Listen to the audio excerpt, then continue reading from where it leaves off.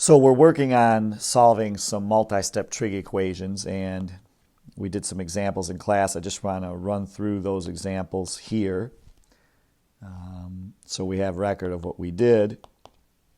And for the people that weren't with us today, they can see what we did. So our first example was an equation 1 minus 4 sine of negative theta equals 3.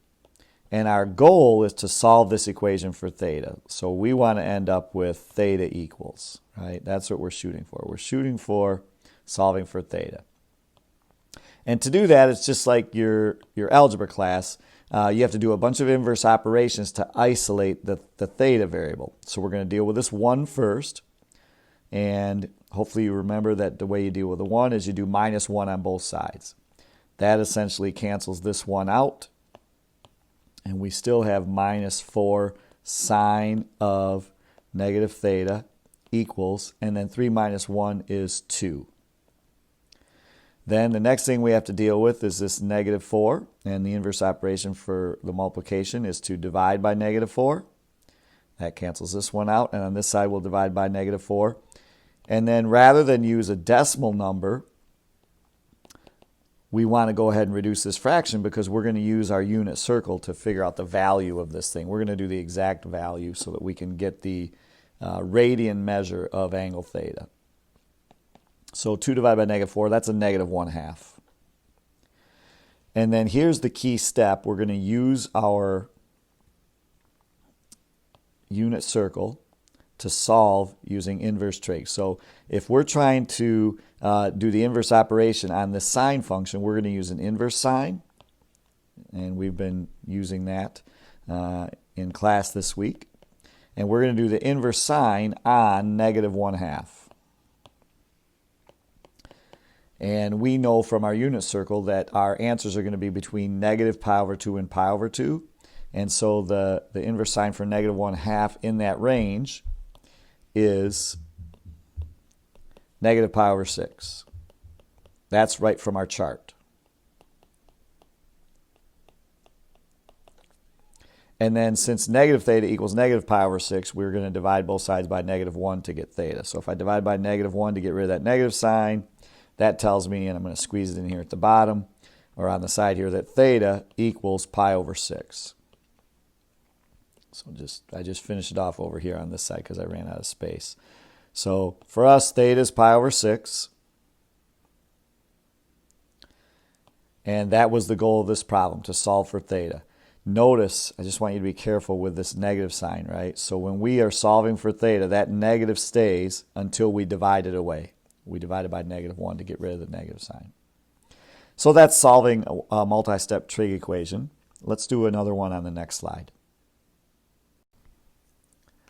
So our next example is going to be similar. It's negative 3 plus 4 sine of negative 4 theta equals negative 5. And again, we'll start with our inverse operations. So I'm going to deal with this 3 first. We do plus 3 on both sides. That ends up with this canceling out, and I have 4 sine of negative 4 theta. This problem is actually a lot like the last one. We get negative 2 here. We're going to divide both sides by 4. And again, we get that negative 1/2. So the sine of negative 4 theta equals negative 1/2. And now to solve for negative 4 theta, we're going to use that inverse trig function again. Negative 4 theta, right? We're going to do the inverse sine to get rid of that one.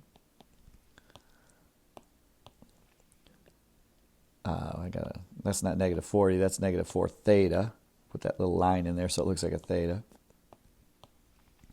We're going to do the inverse sine on negative 1/2.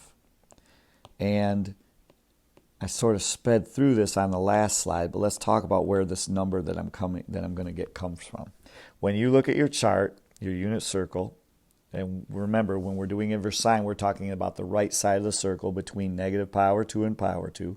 So that's this part of the circle here, right? If this is the unit circle, we're doing this side. This is negative pi over 2, this is 0, and this is pi over 2. This negative 1/2 comes in as the y coordinate of this point, right? This is positive square root of 3 over 2, negative 1/2. When you're doing inverse sine, you look for that y value. And whatever angle gives us that y value, that's the one that we want to use in our equation. So like we did on the last slide, that y value is negative pi, or that angle is negative pi over 6 for the negative 1/2 y value. Now again, like we did in the last problem, we still need to solve for theta here. So I have to divide by negative 4. Remember, dividing fractions is weird. Instead of dividing by negative 4, I'm going to multiply by the reciprocal, which would be negative 1/4, and then that's how we solve this thing. And so these cancel, and I get theta equals, and then they're just two fractions, so we multiply them together, and then you get positive pi over 24 on this one. That's a 4, not a 9. Positive pi over 24.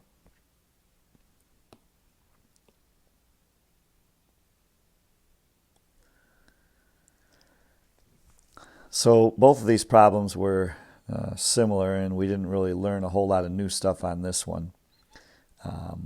But I've got one more example, and we'll try a little bit different approach on that one. Still just using inverse operations. So here's a problem with a couple of different twists. The equation is 5 plus 2 tangent of theta plus 7 pi over 6. And that equals 5. So a couple of new things in this problem. First of all, we're dealing with tangent this time instead of sine. And instead of having theta multiplied by something, we have 7 pi over 6 added to theta. So we'll be careful how we deal with that.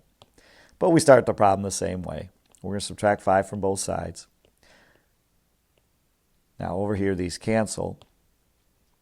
And then we have 2 tangent of theta plus 7 pi over 6 left over here. And on this side, don't panic. 5 minus 5 is 0. Just write down the 0. That's just a number that we need. We have to have a number on that side to maintain this equality. Otherwise, the equation falls apart. So we're just going to put 0 there for now. And then what we'll do is we'll go ahead and we'll divide by 2 to get the inverse operation for that 2 there. And again, don't freak out. 0 divided by 2 is still 0. 0 is a perfectly usable number. In fact, it really makes math easy. Okay, now at this point, we have to deal with this tangent function, right? So we're going to do that inverse operation on the tangent, which is the inverse tangent. And when we do that, this stuff is still left around. So this is going to be theta plus 7 pi over 6 equals, and then there's that inverse function, that inverse tangent of 0. Now again, for an inverse tangent function, we're going to return values between negative pi over 2 and pi over 2. So just let's draw a little version of our unit circle over here on this side. We're looking for the tangent number that's 0, and that happens here at 1, 0, right? Because it's always y divided by x, 0 divided by 1. So the angle that produces a tangent of 0 is actually 0 radians. And so we end up with pi, or theta, plus 7 pi over 6 equals 0, because the inverse tangent of 0 is still 0. Then to solve this, we just subtract 7 pi over 6 from both sides. And again, 0 makes easy math, so when you do 0 minus 7 pi over 6, you get 7 pi over 6. And I'm just going to write that over here on the side again because I ran out of space. So the final answer for theta is negative 7 pi over 6. I think I misspoke a few seconds ago. I wrote it correctly, but when you do 0 minus 7 pi over 6, you get negative 7 pi over 6, which is what I've come up with here. So that's those are the examples that we worked on in class. We're just solving these equations. And so go ahead and feel free to follow these examples as you're working on your problems. And then when you run into issues, you can let me know. Good luck.